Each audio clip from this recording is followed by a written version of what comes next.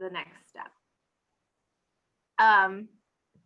And as part of this, I just want to preface that this is kind of as an adapted presentation from one that my students, I had 2 student interns last summer whose names are Mashiat Ahmed and Yuan Wang.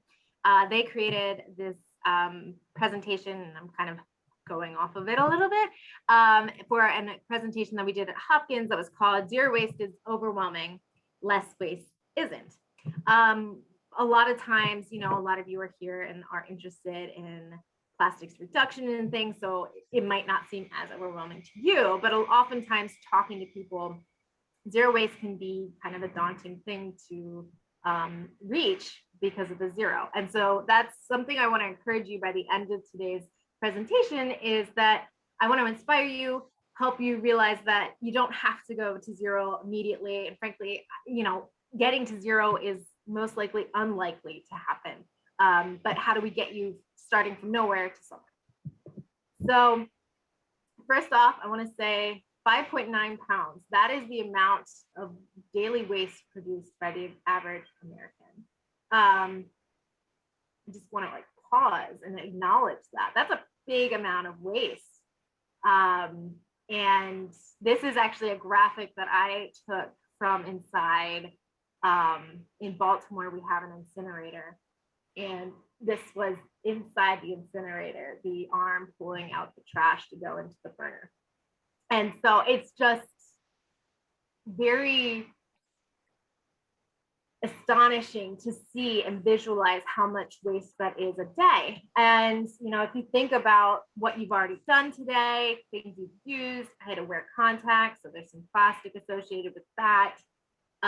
You know, or pull back on certain things, but you're driving, you know, maybe you're drinking coffee. If you had beans, you had a container. So all sorts of different things that just kind of amounts over time that we consume in our daily lives, that adds up. And so again, I think going back to what I was just saying, the goal here is to reduce that number at least by little by little by little over time.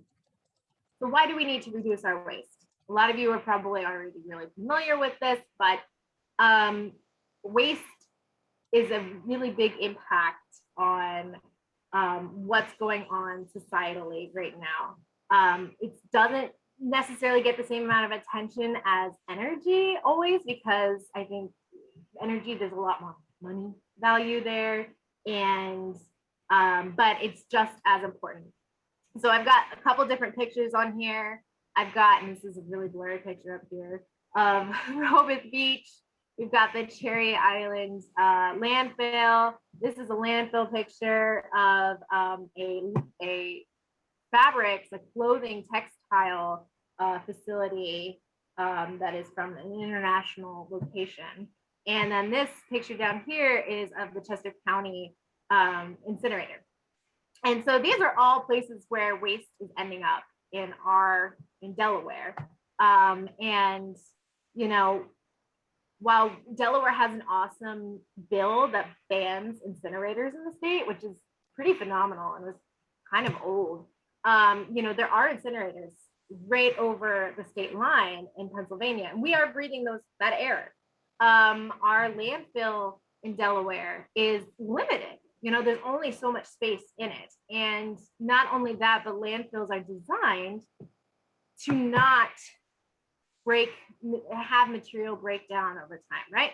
So, you know, theoretically, if it's a good landfill, you should be able to go back in there 100 years from now, and all the material that we put into it should still be in the same shape it was when we put it in there. That's the way they are made. And if it's not working that way, then we're having even more issues, because material and leachate and all sorts of toxins are leaching into our water. So I'm not even getting into the fact that there's methane gas that's being produced and all of that. So just in and of itself, it's not a great solution, right? The one benefit I see to the landfill versus the incinerator is that landfill encourages you to reduce your waste. You're running out of space, and there's a limit on how much you can put in there. Incinerator, you have to feed it constantly, and that's how it's run. So, my 2 cents.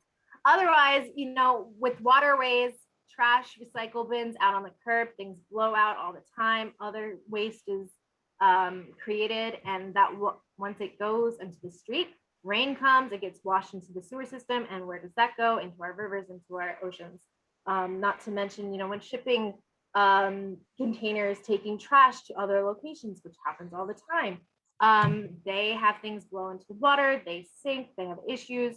Trash is a major issue in our waterways, and that's leading to major public health issues down the line. That's the other issue with the incinerator.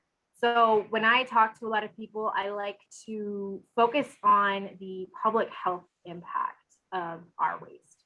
And I think that's usually kind of the last thing a lot of people think about, and think of like the pollution, but the pollution is impacting us as in the public health sense. And so, you know, this Chester County plant is affecting the air, and it is affecting the air primarily in the neighborhoods right around it, which is a huge environmental justice and equity issue that needs to be addressed. But it also is air that's coming into our state as well.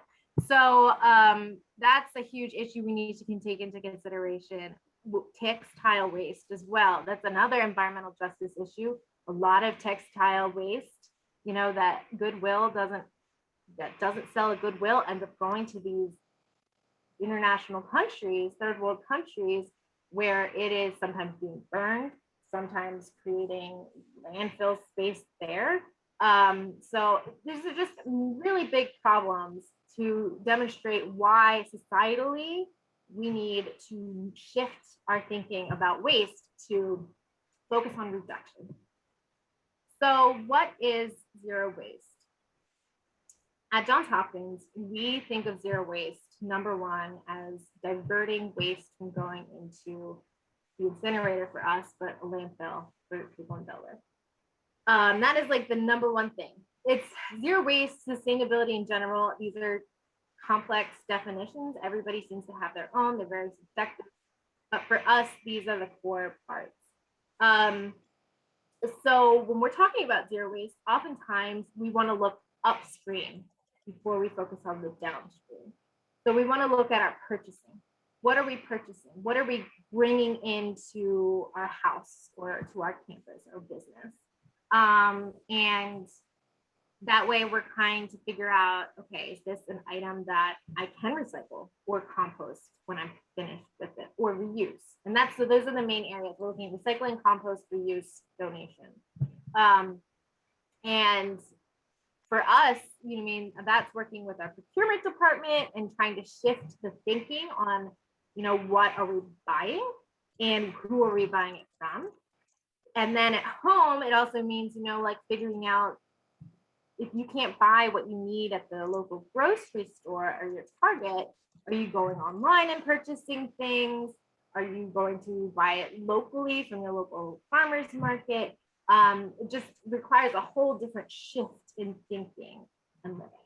And I want to acknowledge again, I know I talked a little bit about the equity issue on the last slide, but being able to focus on zero waste or less waste is, I want to encourage you to think of it as a privilege. I think a lot of people don't have the time, firstly, to be able to focus on this. It's not an easy thing. Like, I'll just throw it out there, especially individually. As a business, as an institution, it should be much easier because you have people working on it, but individually, it's not an easy thing because the way the markets are set up, the way our lives are set up and society is set up, it's not set up for zero waste. You know, you don't go to your grocery store, your local grocery store, and find refillable containers for rice and flour and all these things. You have to seek them out.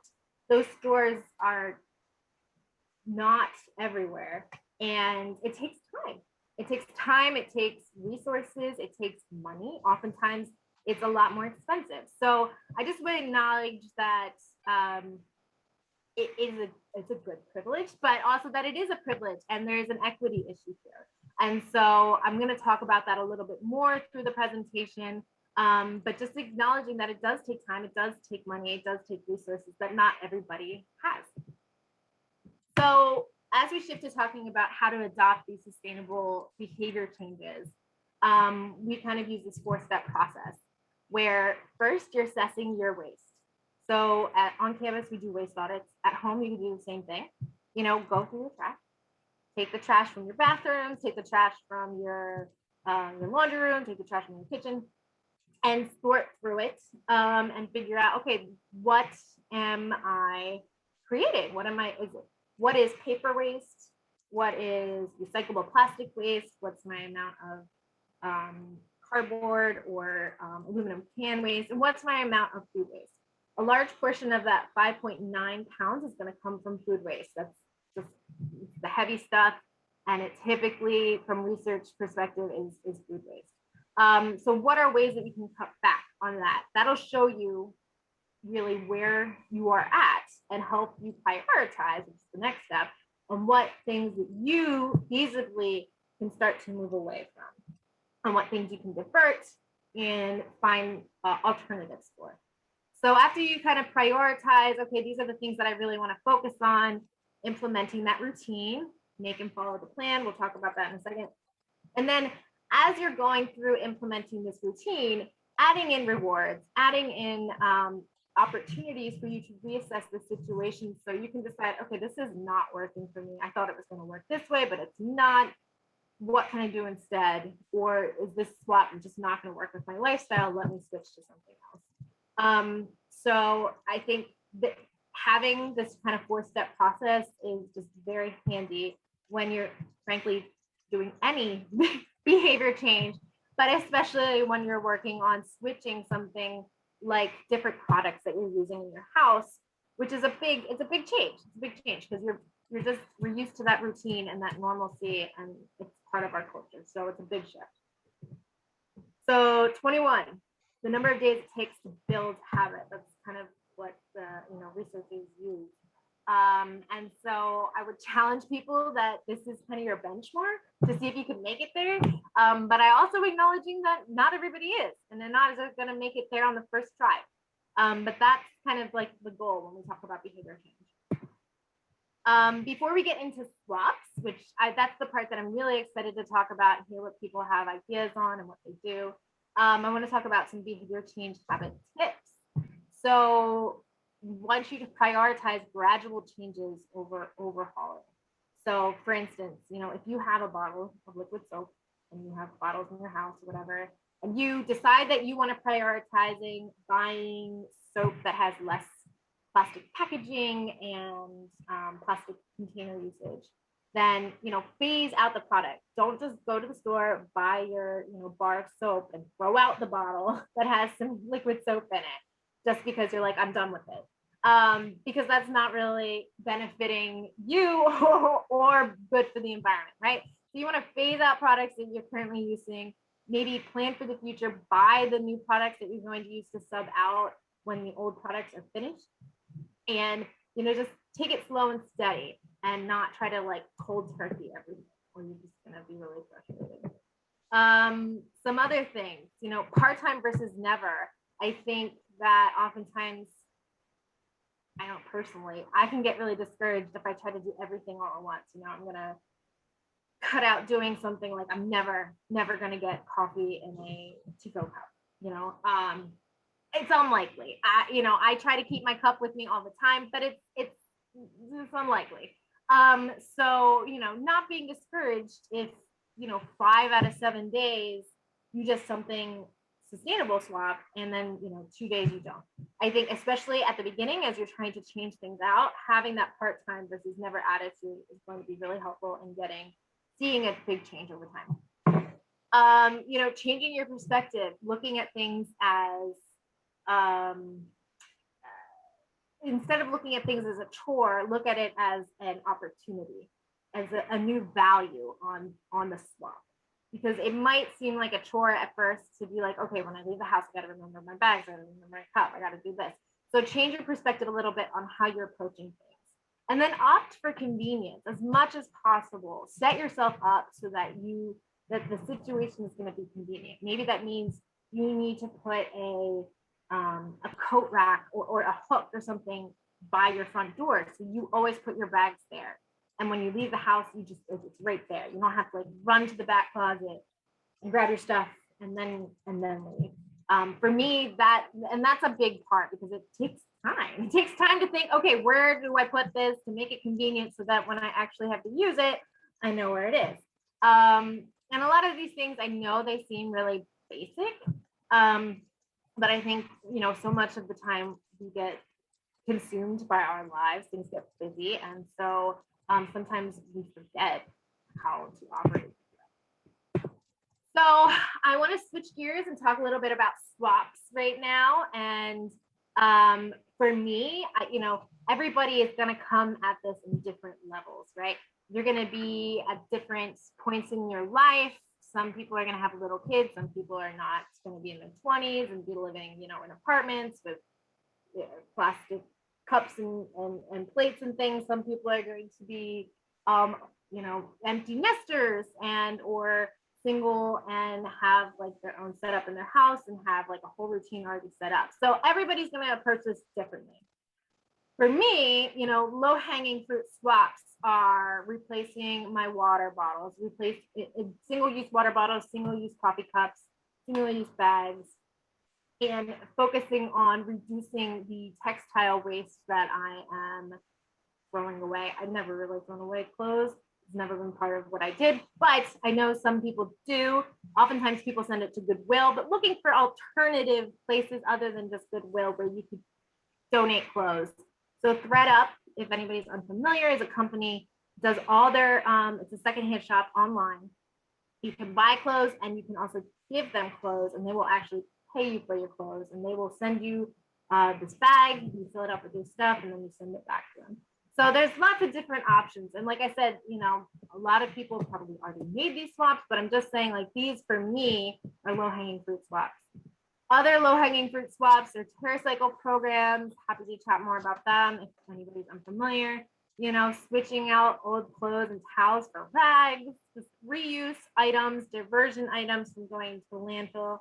And then, making things out of materials you already have in your home. So upcycling, if you have plastic bags from pre-plastic bag ban, you can use those plastic bags for a lot of things. We did a lunch and learn a couple months ago on how to use plastic bags to make yarn, which is plastic yarn. So there's lots of different ways to go about reusing and diverting the material that you already have in your home that might seem like waste. But if you put a different value on it, you can come up with an idea. I'm just taking a second to look at your comments, which I'm enjoying reading. So upping your game. So for some people, they're ready to take things to the next step. And these are things that I would, suggest challenge if you're ready to take it to that next step. So again, going back to your purchasing list, focusing on less plastic and just like less packaging in general, right? So there's a bunch of companies like Lush and Unwrapped Life that do soaps and other hygiene products that come packaged in either compostable materials, paper materials, cardboard materials like that can be recycled as well. They stay away from the plastic packaging. Everything is in like a bar mostly, so that way you're not having to have plastic tubes that need to be recycled and who knows if they're acceptable in the recycling stream, all that. It's a very across the board programs. Again, with Blue Land, who gives a crap, these programs, oftentimes, you don't know about them unless you're looking for them. So that goes back to, the privilege, the equity issues that we're having. I can give you a list. I have like a list of companies that do a lot of these programs that you can buy a lot of products from. It is going to be a little bit more pricey, but once you make the switch, I think you'll stick with it. As long as you like commit to signing up for every 6 months, getting the new the load. My husband and I switched to Blue Land last summer. It was part of our we're making the switch, and it's been great. So you get the containers, you get little like tablets and you add your own water into it, and you just, every 4 months you get another tablet to add to your solutions or anything.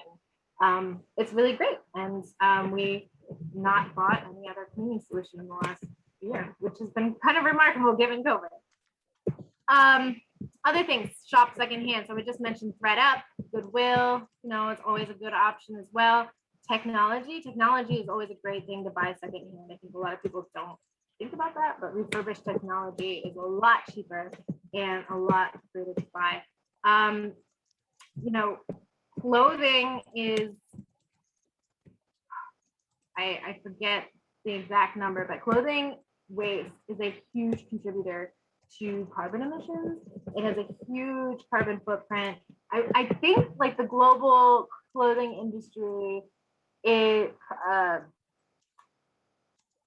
just as bad or worse than the airplane industry as far as like emissions go, because they are producing so much, and so much is going to waste constantly because of the way that the fast fashion industry in particular has affected our country, and not just the Western world in general.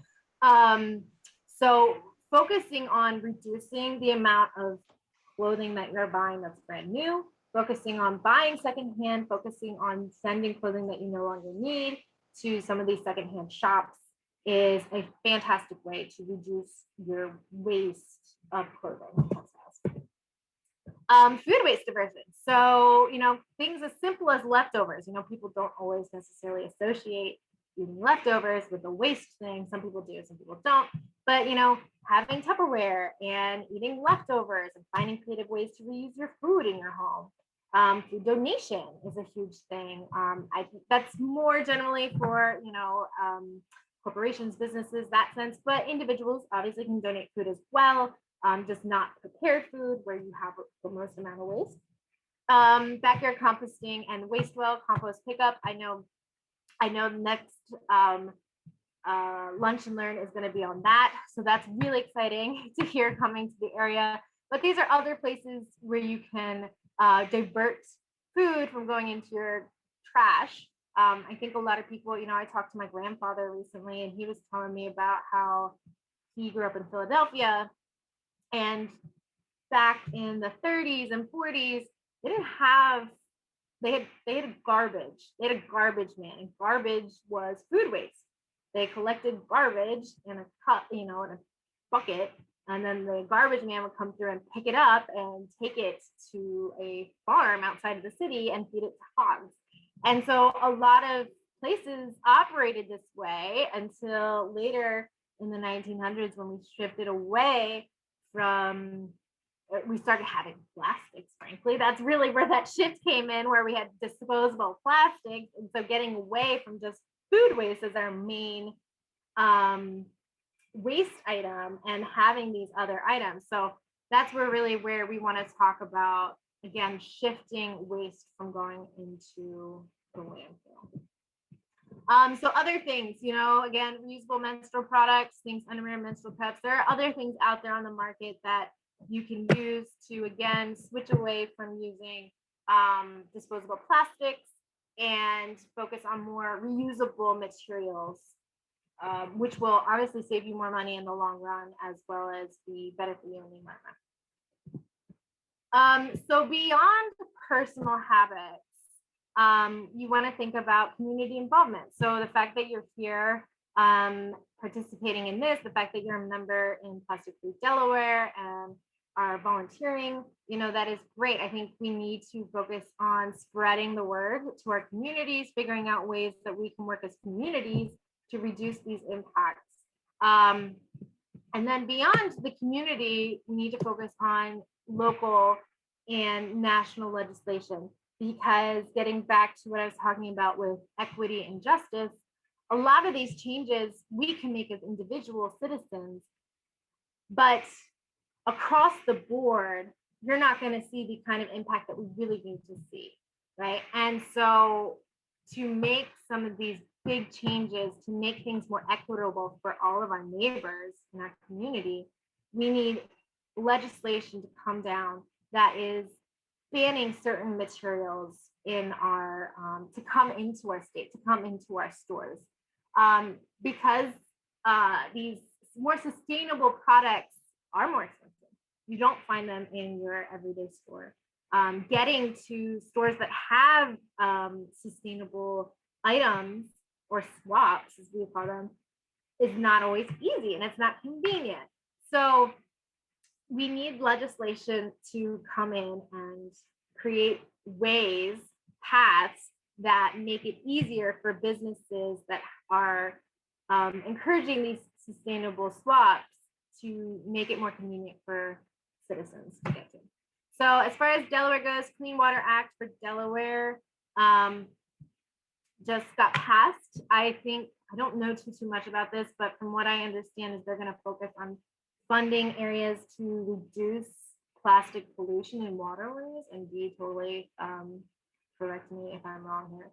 But so the good news is that there's a lot of effort going into legislation right now. There's a lot of interest in focusing on this issue right now.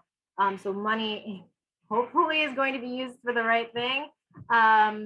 The plastic bag bill amendment, I know is still waiting for Governor Carney's signature unless something else has changed for that. But that's going to help again to reduce the amount of plastic disposables happening in our state. A lot of people know a lot of other states and cities in the area have already adopted this bill. So I think it's coming nationally, it's just going to take a while. And then right now, the polystyrene and single-use plastics ban is also being discussed at the state level. Maryland, I know for Baltimore specifically, polystyrene was, the polystyrene ban was passed already, and we're working on a bag bill that's supposed to be, the act is supposed to be in place by October.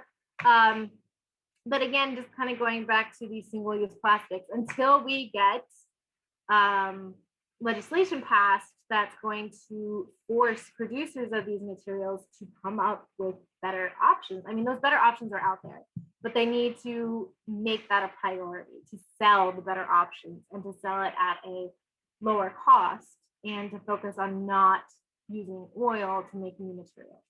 And then nationally, we're talking about the Break Free from Plastic Pollution Bill, which also is, at the end of the day, it forwards the zero waste movement because it's focusing on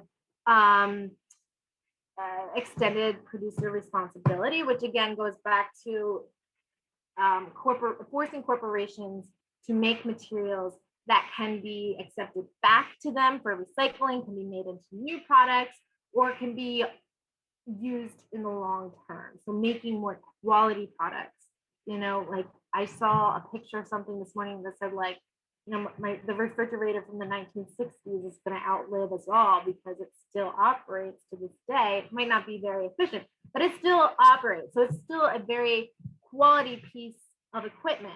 Whereas, you know, a lot of the pieces of equipment that we have right now, they last maybe a year or two and then they fall apart and nobody knows how to fix them. So again, there's a lot of focus on requiring quality materials, materials that can be diverted or have like an idea of where they're going to end up versus just being put into a landfill. And with that, I'm going to kind of finish up my presentation and hopefully get to hear from you guys on some ideas that you have about swaps or things that you've found useful in general.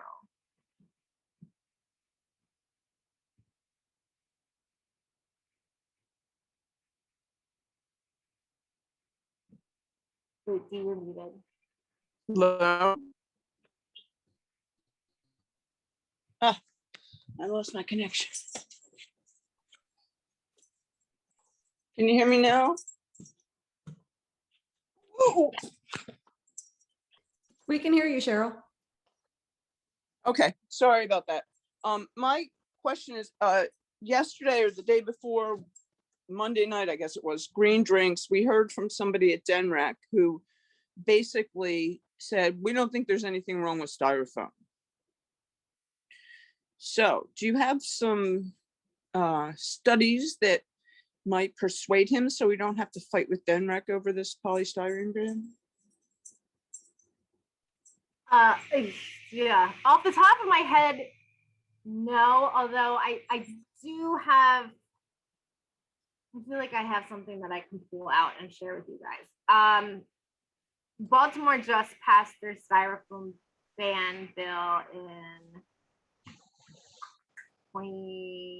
early 2019, and it was a big deal. I've been trying to locate some research on the impacts of polystyrene in Delaware, especially in the waterways. I think that's where the biggest argument will be in support of moving away from the styrofoam.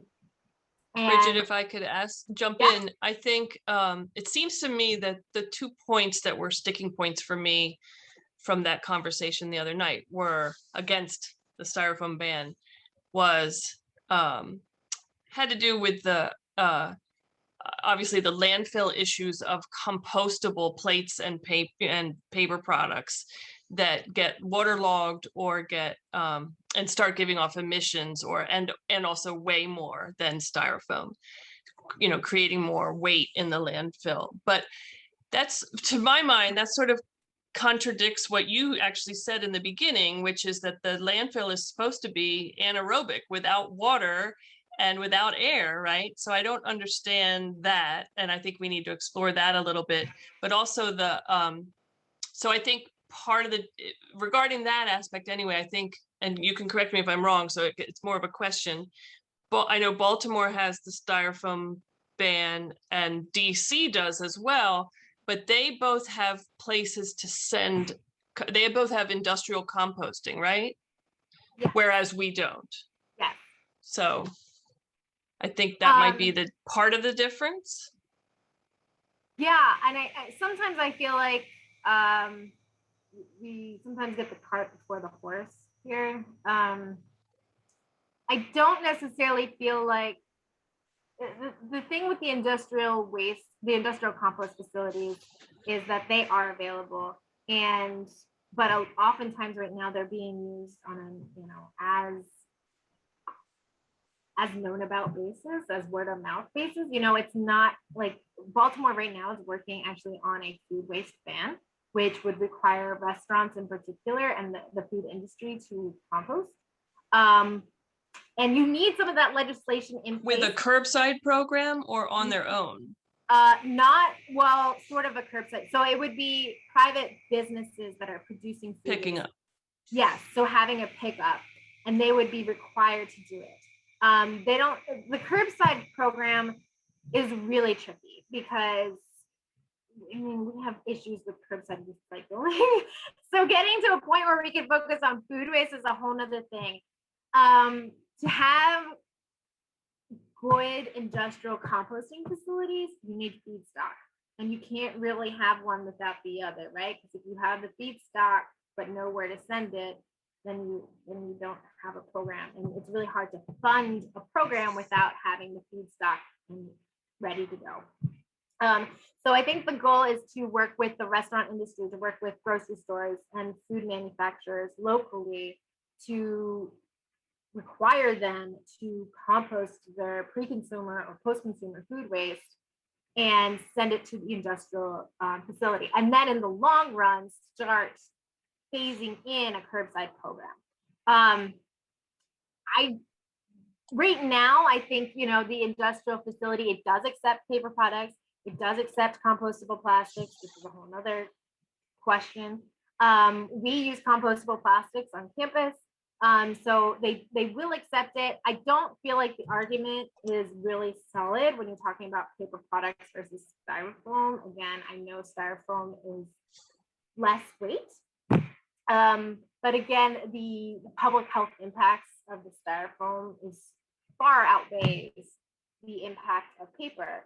And, even if you don't believe that it's not giving off toxins to the person who's eating it, once it enters our waters, once it enters the outdoors in general, it starts breaking down into tiny, tiny little pieces, and it doesn't biodegrade, right? So it's going to continue to break down and be in our soils. It's going to be in our waterways. It's going to be in our plants and the food that we're eating, the animals, the air. Whereas if you're using a paper product, paper is made to biodegrade. It was natural, it was living.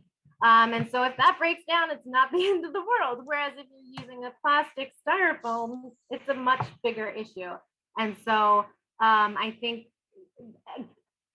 always harping back on that is going to be your best bet. I know that the carbon emissions in the landfill using the paper products is worse, they say. But I think going back to what happens between now and when it gets to the landfill. And again, paper, there's an alternative. You could compost it. Whereas there is no alternative for styrofoam, especially styrofoam that has food waste on it, which is going to be the bulk of your styrofoam. So. Risa, I know you're out there. I don't know if you're he's with Denrec, so I don't want to put him on the spot, but I don't know if he has any more insight on this issue at all. You're welcome to chime in. I don't know if he's been following that discussion internally. It's maybe not in his department, I'm not sure, but anyway. Cheryl, does that sort of help?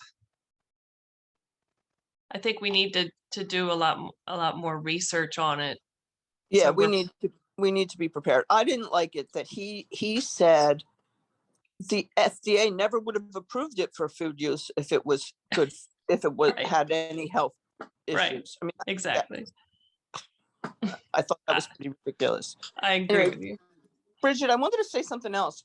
I love your presentation, and I came along this exact way. When I first heard the phrase zero waste, I thought that that was too much to expect of people and it would disengage them.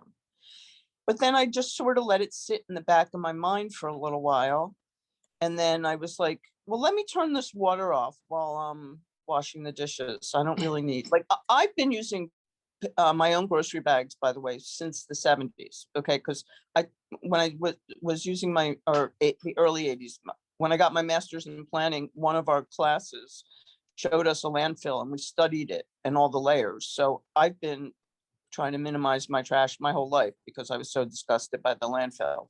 But anyway, I also found just having it in your head, you know, do I really need to buy this thing? Do I really need to keep this thing? It just, you'll naturally start to cut back. You just naturally will, I find. If I could kind of build off of that a little bit. Thank you, Cheryl. Bridget, great presentation. I thought it was really informative. I think I'm going to kind of misuse a phrase here, but I think there's a tremendous amount of power in the court of public opinion. Here, I'm going to actually look at you eyeball to eyeball. Okay. And so for those of you who know me, know that I've actually moved out of state, and I've been working with a local group up here, and demographically, they're a little bit older than me, and they're tickled by the fact that we have an event coming up in a couple weeks, and we're really trying hard to make it a zero waste event. It has nothing to do with waste. It's a political event. We're doing fundraising for candidates, but I challenged the host. I was like, well, it's a cookout. I was like, you're gonna get a bunch of bags of this and that and the other thing. Why don't we put them in reusable containers? Why don't we try to get less packaging? And she's so excited about it now that she's like, I want to tell everyone what we're doing. And so I'm kind of working with them on doing some publicity after the event to say, not only did we do this, but we also did this for the environment. And my point here is I think that everyone should talk a lot more about what they are doing and create a little bit of peer pressure. I think a little bit of peer pressure can go a long way and kind of help other people feel like, oh, well, maybe I shouldn't be getting that Gatorade bottle at the 7-Eleven. Maybe I could just get some powder and mix it at home in my own reusable container or whatever, you know? So I think we all just individually, when we have the ability, you talked about privilege. If we have the privilege of being able to make that choice in our lives, then we also have that opportunity to be able to sort of just put it out there to our friends and family and community. Hey, look what we're doing. Something that I'm thinking about doing from this presentation, you talked about ThreadUp and all these other apps and sites and stuff. The community where I live now doesn't have a buy nothing group, and buy nothing on Facebook can be really powerful. Yeah. And so I'm thinking about actually starting one. I hope people get it. I don't want to spend every hour of every day explaining what it's about.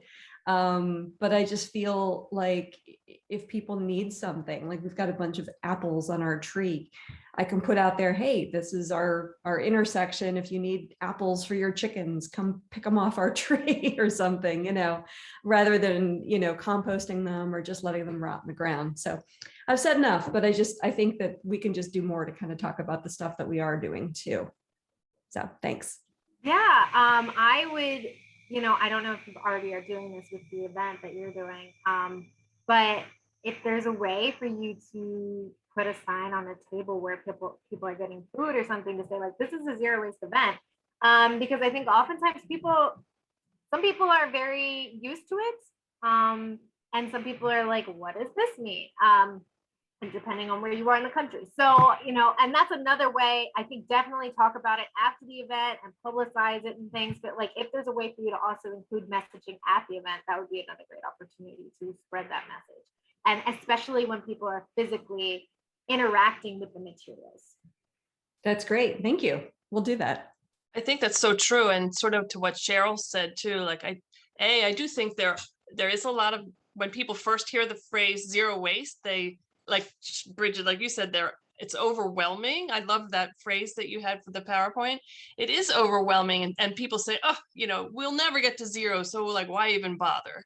But I think it's important for all of us as we embark on this journey personally and collectively as an organization or whatever, like to be the ambassadors, as Stephanie said, and trying to explain to people that, the goal isn't really, I mean, it would be great if we all got to zero, but let's not let perfection be the enemy of the good, or whatever that phrase is.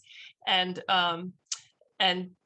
like, I love your idea, Bridget, of sort of taking, and it's sort of what I've tried to do too, is one step at a time, and then add in, once you've conquered one habit and created a new habit for one thing, move on to the next thing and incorporate another thing. So that's what I've been trying to do. But with all our work on plastic bags, I think, like Stephanie alluded to, I think there are a lot of people out there that just haven't even thought about this. And so it's our job, if we want to make a difference, to sort of be the ambassadors of just saying, hey, just sort of getting the word out and being part of the education.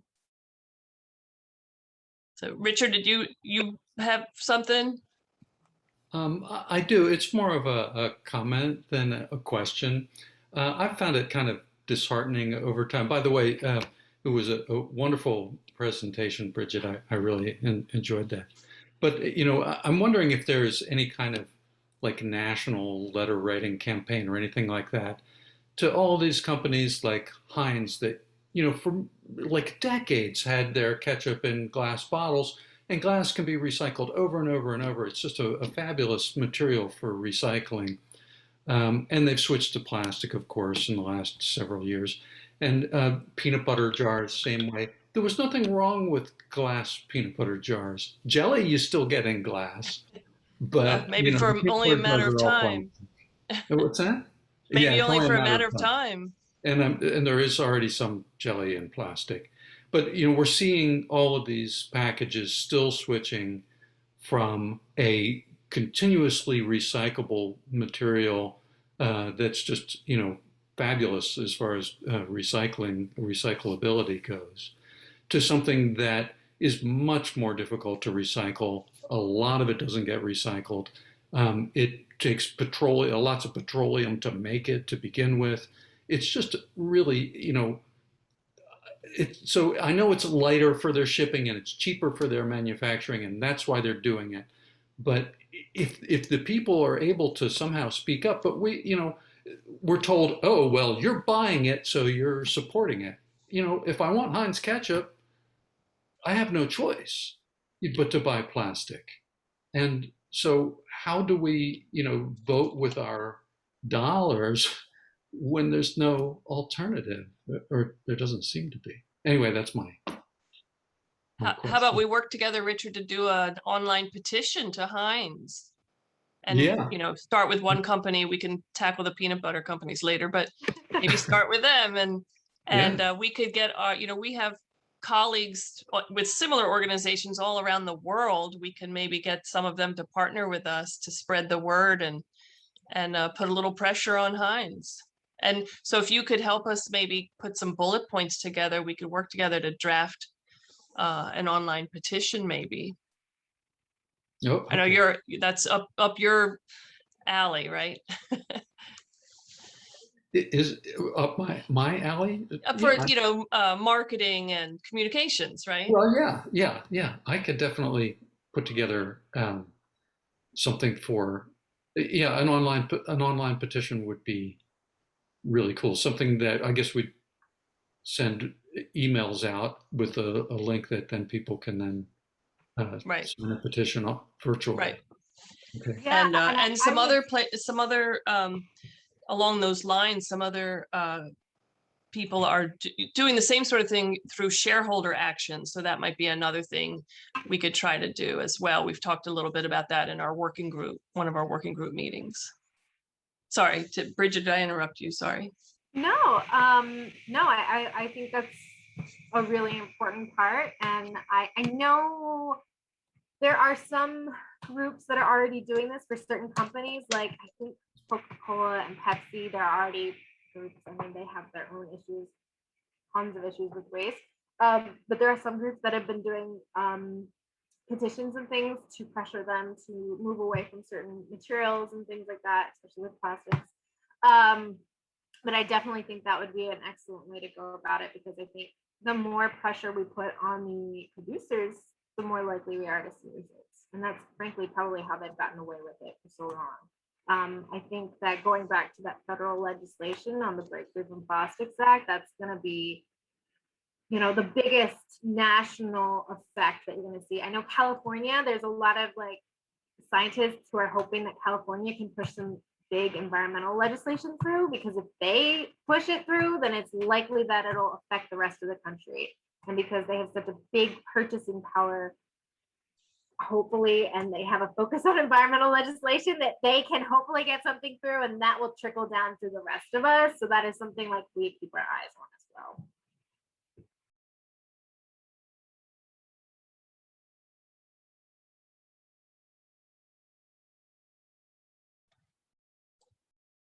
So I was trying to find the link to the, we don't have an action link on our website for the Break Free from Plastic Pollution Act, but if anyone is interested, you can go, there are a couple other groups that do. One that comes to mind is surfrider.org. And you can click on their website and they have an action button that you can, press and send letters, or even better, just write to Senator Carper and Senator Coons have not signed on to the Break Free from Plastic Pollution Act for Delaware. And I actually just sent a letter to the editor about that, encouraging them to sign on. Lisa Blunt Rochester is a co-sponsor. So if you get a chance, thank her. But we really need our senators to sign on and start to address this crisis using their power, especially with Senator Carper being head of the Environmental Committee.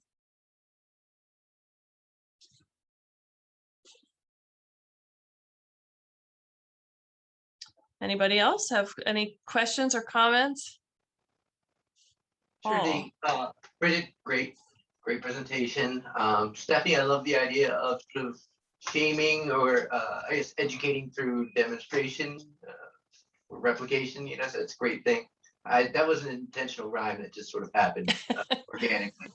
But Bridget, is there anyone in Delaware, or can anybody on this call speak to who's doing this well from like maybe the public sector side, or is there any institutions of higher ed or K-12 schools that we can sort of point to that are doing this well, or looking or interested in doing this well, that maybe I can engage to further promote these principles? In Delaware or anywhere, Paul? Just anywhere? Delaware, Dee.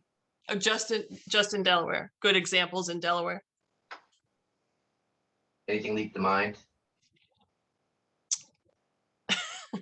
I wish I had some. I think I don't know of many institutions. I know like University Delaware is probably working on some level on these things. I don't know really what, I know that they had somebody who was working on sustainability and then it kind of like fell apart. So I'm not sure where they're at with that. I have been kind of out of the loop as far as like what corporations are doing, and because there's so many large corporations in the state. Some of them are pushing forward in these realms, but I think again, it really starts back when you're talking about corporations at the purchasing level, and I don't honestly know what a lot of them are doing. Public sector wise, I don't know, do you know? I don't really have any specifics. I know, obviously some of the corporations are doing different things. Paul, you may know about the pilot project for food waste down at the University of Delaware. So that, I guess we're all kind of waiting to see how that is officially going, and then DenRec I know wants to expand that to other large institutions. So I don't know of other large institutions that are dealing with food waste in terms of composting it.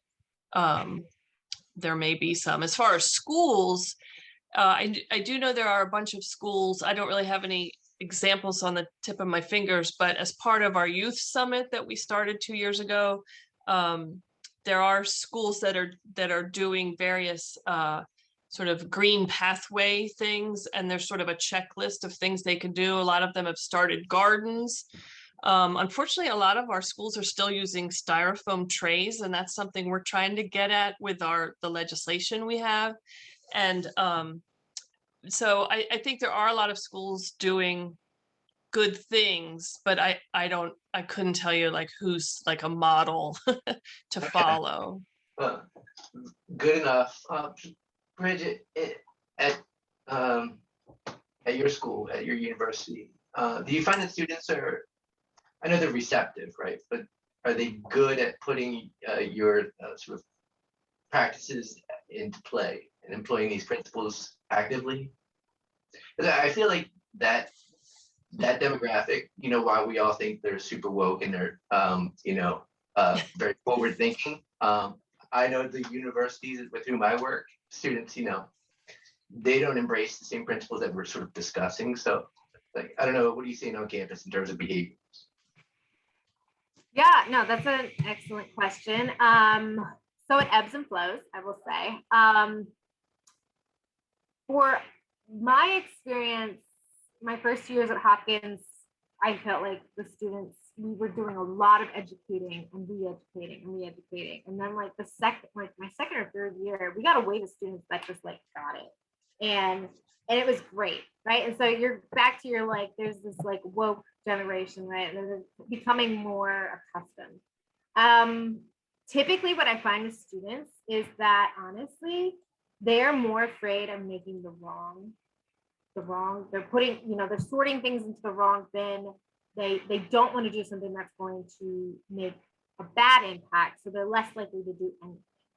And that's kind of what I've heard more and more and more. And so for us, we focus on convenience, making things easy, simple for people to understand, for students and staff and faculty.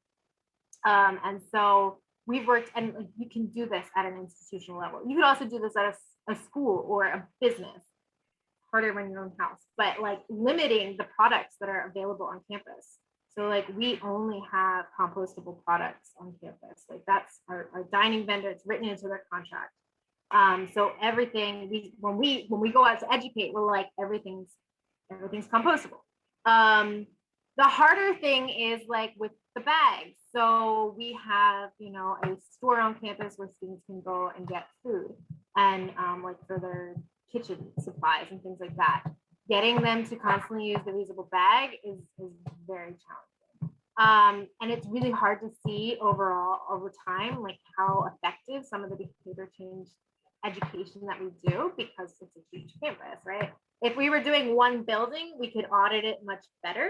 But it's really hard in that respect. So when we are doing audits and things, we're looking at the waste streams in particular to see, okay, is our education getting across our signage clear? And how are they understanding that? So it's a challenge, but I think once they understand, a lot of them will do it. I think it's just getting over that hurdle of like, they are scared. The other issue for us is that we have students coming from lots of different backgrounds, cultures, different states. Everybody does things differently. So you have to come in and like reteach them on how to do everything our way. And that can be hard. How long has this program been in place or been a priority for Johns Hopkins or Jefferson? Yeah, so I think, like certain parts of the program date back to like 2007, like basic recycling. Composting was added in 2013. And since then, it's just kind of expanded across campus. And then we started zero waste events back in, I want to say 2016. Okay, I don't want to tie up everybody's time. No, you're good. This is good. If there's a toolkit or something you can share, basics, fundamentals that I could maybe distribute to the school districts and institutions of higher ed, I'd be happy to. Yeah, I have something that I can send over to you. So my email's in the presentation. I'll share it out with Dee, and feel free to reach out to me. Will do. Thank you. You want to throw it in the chat now, Bridget, just so it's handy there? Yeah. I can speak a little bit to corporations and larger institutions. This is going back a couple of years in my experience, but some corporations, the left hand doesn't necessarily speak clearly with the right hand, I found. I'm not going to name names. I used to work for a Fortune 50 company, and they had a very strong environment, health, and safety program, but it didn't translate over to catering. So for instance, the only way you could get water if you went to the cafeteria was an Aquafina bottle. If you went to a meeting and they catered it, the only way you could get water was in an Aquafina bottle.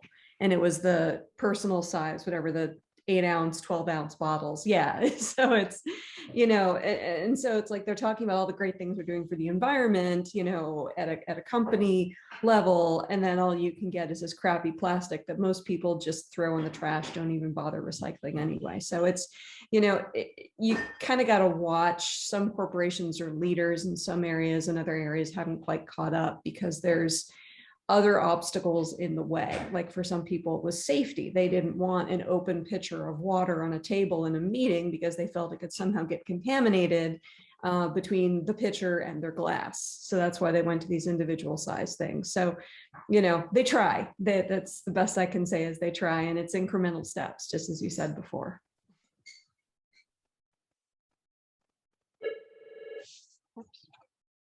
Richard, did you have something?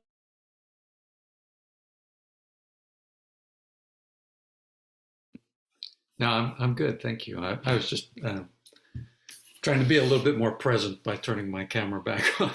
No, that's good. That's excellent. All right. Well, I don't want to keep everyone for whatever they've got going on in the afternoon, but Bridget, thank you so much. That was great. And we enjoyed the presentation, and I always enjoy the discussion too. So thank you so much. And if anyone has follow-up, her email is in the chat. Grab it real quick, and you can send Bridget an email with any follow-up questions, and we'll all take one more step after today, hopefully, and build upon that. Great. All right. Thanks everyone. Thank you. Thanks everyone. Have a great afternoon. Catch up and Thanks. All right. Have a good Take day. care, everybody.